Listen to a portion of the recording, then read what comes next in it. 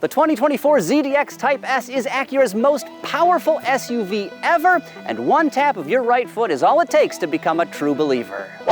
Can I get an amen? We got one over there, you in the back. Bless you. Well, not a believer like that. I meant a believer that EVs are a viable option for car enthusiasts, and the Type S here makes a strong case that precision-crafted performance is alive and well in the EV era. The reborn ZDX is Acura's very first EV. Dimensionally, this utility vehicle is about the same length as the three-row MDX, though the wheelbase is 8 inches greater for a planted stance. Built on GM's Ultium platform, the ZDX is closely related to the Honda Prologue, Chevy Blazer EV, and Cadillac Lyriq, though Acura has done much work to make the ZDX look and feel substantially different. Visually setting it apart, you get an updated version of Acura's signature diamond pentagram grille. Sorry, that's diamond pentagon. Diamond pentagon grille. It also has an illuminated surround and sort of a slight undercut that makes it look a bit beak-like. Gorgeous jewel-eye LED lamps with chicane DRLs punctuate the front corners. This top-shelf S model features metallic gray lower surfaces, black fascias and wheel arches, a blacked-out upper body, and 22-inch wheels. Overall, the ZDX is an attractive vehicle, but so are rivals like the Genesis Electrified GV70, Audi Q8 E-Tron, and Mercedes-Benz EQE SUV. This Acura will have to excel in other areas to really set itself apart from these tough competitors. Inside, the ZDX Type S's cabin is well designed, it's premium and sporty. There's also contrast color stitching, some very nice leather, and then you can get 3 different colors inside of this vehicle. There's ebony, madder red, and then what we have here, Orca, which designers say was actually inspired by the movie Free Willy. What's that? It's actually called Orchid, and I just made that last part up? Huh, all right.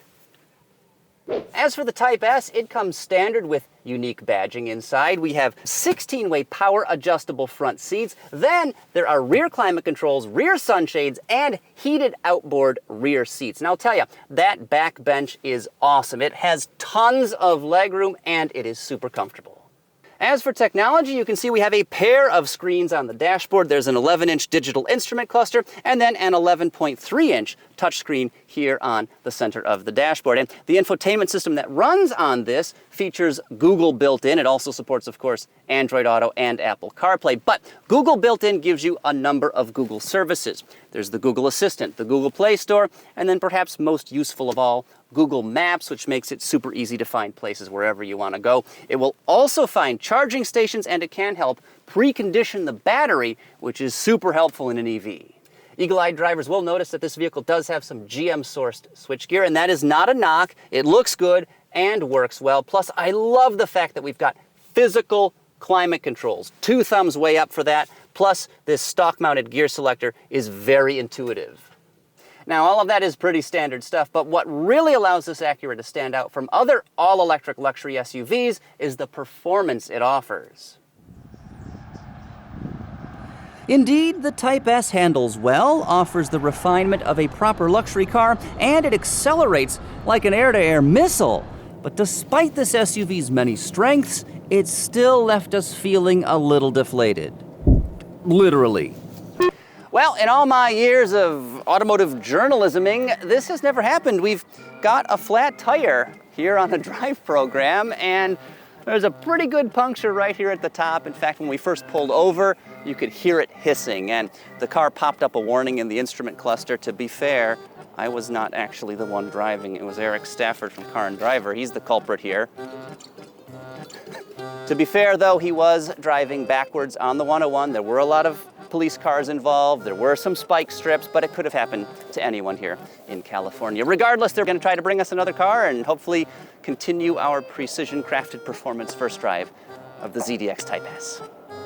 Luckily, this puncture happened early in the first leg of the drive route, and support staff came to the rescue about an hour later. They had planned to bring us a whole new ZDX, but instead were able to scare up a spare wheel and tire. Now, the ZDX does not come with a spare tire or even an inflator kit. Why? Well, because the vehicle is fitted with self-sealing tires that are designed to cope with punctures up to 5 millimeters in diameter, and we must have hit something pretty sizable because she was a hissing like a feral cat backed into a corner when we pulled over.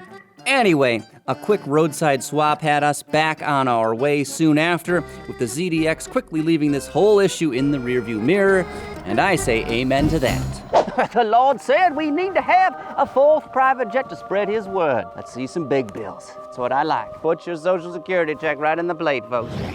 So the Type S has a dual motor, all-wheel drive powertrain that provides nearly 500 horsepower. Technically, it's 499, but we're just gonna round up and say 500. You also get up to 544 pound-feet of torque, and those numbers are delivered in sport mode, which you can select using a rocker here to the left of the steering wheel. So when you engage sport mode, it of course lowers the vehicle's ride height, it weights up the steering, and it increases how responsive both the brake and accelerator pedals are. And all told, this vehicle should be able to get you from 0 to 60 miles per hour in less than 5 seconds, and it scoots off the line. When you step on the go pedal, this thing absolutely moves, though like many other EVs, it does start to feel a little bit winded at highway speeds. However, the Type S is by no means slow. You are never wanting for performance in this vehicle.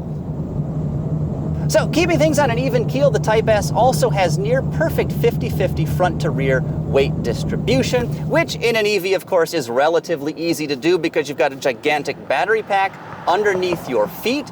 Though for once, I'd like to see an electric car with the battery in the roof. I think that would be hilariously stupid. They're not going to do it, but I'd still love to see it. We also have a height-adjustable air suspension system as well as adaptive dampers, and together those give you 2 different damping curves as well as 3 different ride heights. When it's time to slow things down, this vehicle has 15.6-inch front rotors that are squeezed by 6-piston Brembo calipers that are painted bright yellow, so they are impossible to miss. And it's always nice to have big brakes on a vehicle, though with EVs you often don't need them because of regenerative braking. And the regen here in this Acura is actually very good. I've got it turned way up, and when you lift off the accelerator, it slows down with surprising authority. For a little more fun, Acura, of course, does offer a performance wheel and tire package. This particular vehicle is not fitted with that, though it is a relative bargain at just $1,000. So how does the Type S feel? Well, I will say it's very smooth and refined. The interior also remains impressively quiet. You do get a little bit of tire noise coming up from California's very gritty highways, like rain-battered pavement will send a bit of noise into the interior here, but it's really not any worse than you get in any other vehicle on the road. As for dynamics, this vehicle is entirely competent. It is nice to drive, but it's not quite as engaging as I expected. That's not necessarily a knock against the Type S here, but if you're looking for a true enthusiast vehicle, there might be better options out there. Also, when you switch between the various drive modes, there's not a huge difference between them. Yes, when you engage sport, the steering gets heavier, the acceleration is a bit quicker, but the delta between that and normal is frankly not particularly huge, at least that I can tell. When it comes to EV-related topics, this Acura's Electron reservoir is a 102 kilowatt-hour lithium-ion battery pack comprised of Ultium cells, and apparently GM has finally figured out how to build these things. But joking aside, this pack will DC fast charge at up to 190 kilowatts, which is honestly an excellent performance. The vehicle does have a CCS port, though it does support NACS, the North American Charging Standard, and Acura reps tell me that you will be able to charge this vehicle at a Tesla supercharger likely within a year, so pretty exciting stuff.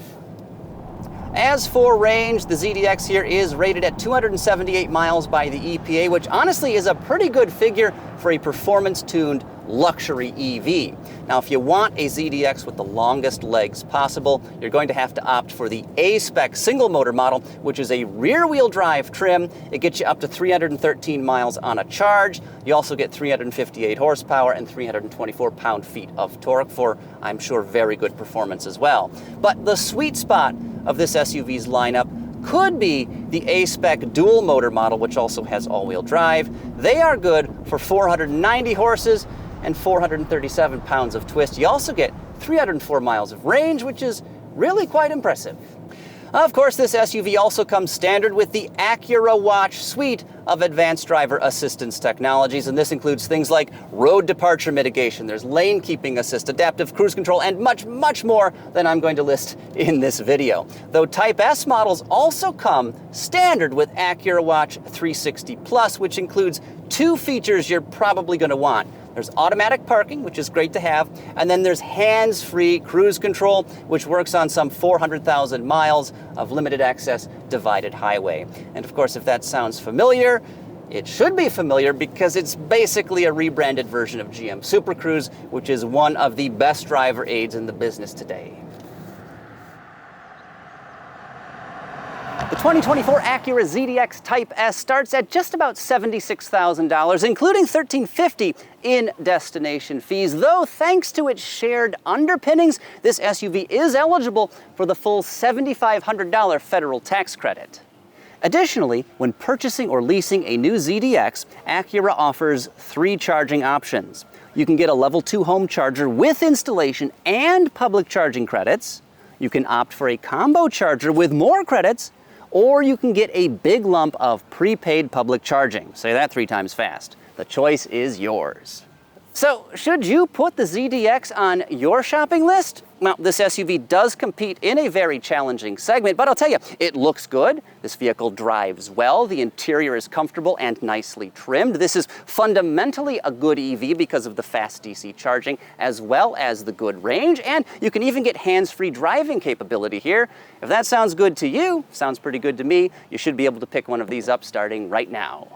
And if you're shopping for a high-performance EV, check out my full review of the Polestar 2 by clicking right over here. I call all forth to the altar for a baptism in the Lord's sparkling clean water. Dip in right now.